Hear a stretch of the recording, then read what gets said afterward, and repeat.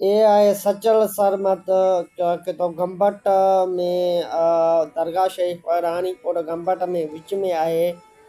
किथां तव्हां ॾिसी रहिया आहियो सिंध जे चोथे नंबर में वॾी दरगाह शरीफ़ आहे सचल सरमद। कंहिंखे दुनिया भर ऐं अक़ीदतमंद ऐं ज़ारतमंद ईंदा आहिनि, दिलि जी मुराद पाए वेंदा आहिनि ऐं हुननि जी दिलि जी ख़्वाहिश पूरी थींदी आहे। त इहे आहे सचल साईं जो रोज़ो शरीफ़ माशाअल्लाह। ऐं इहे आहे अंदरूनी मंज़िल किथां सचल साईं जी ख़ासि तुरबत आहे हुन ते क़रीबनि जी।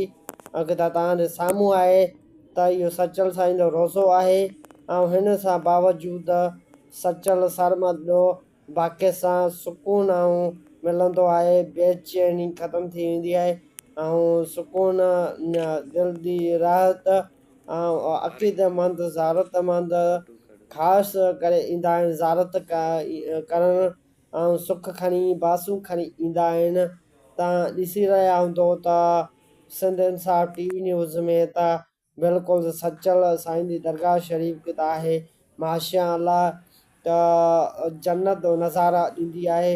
ऐं हिन में ख़ासि अलाह साईं जो रहमतूं रखियलु आहिनि ऐं अलाह साईं जो ख़ासि हिते हिदायतूं रखियलु आहिनि ऐं ख़ासि करे त अलाह साईं जो बेत ॻाया वेंदा आहिनि ऐं अलाह साईं जा मौला अली मुश्किल कुशा जा उन्हनि जा क़सीदा ॻाया वेंदा आहिनि ऐं इमाम हसन हुसैन फ़ातिमा ज़हरा जा ख़ासि अहमियत दरगाह आहे सचल सरमद।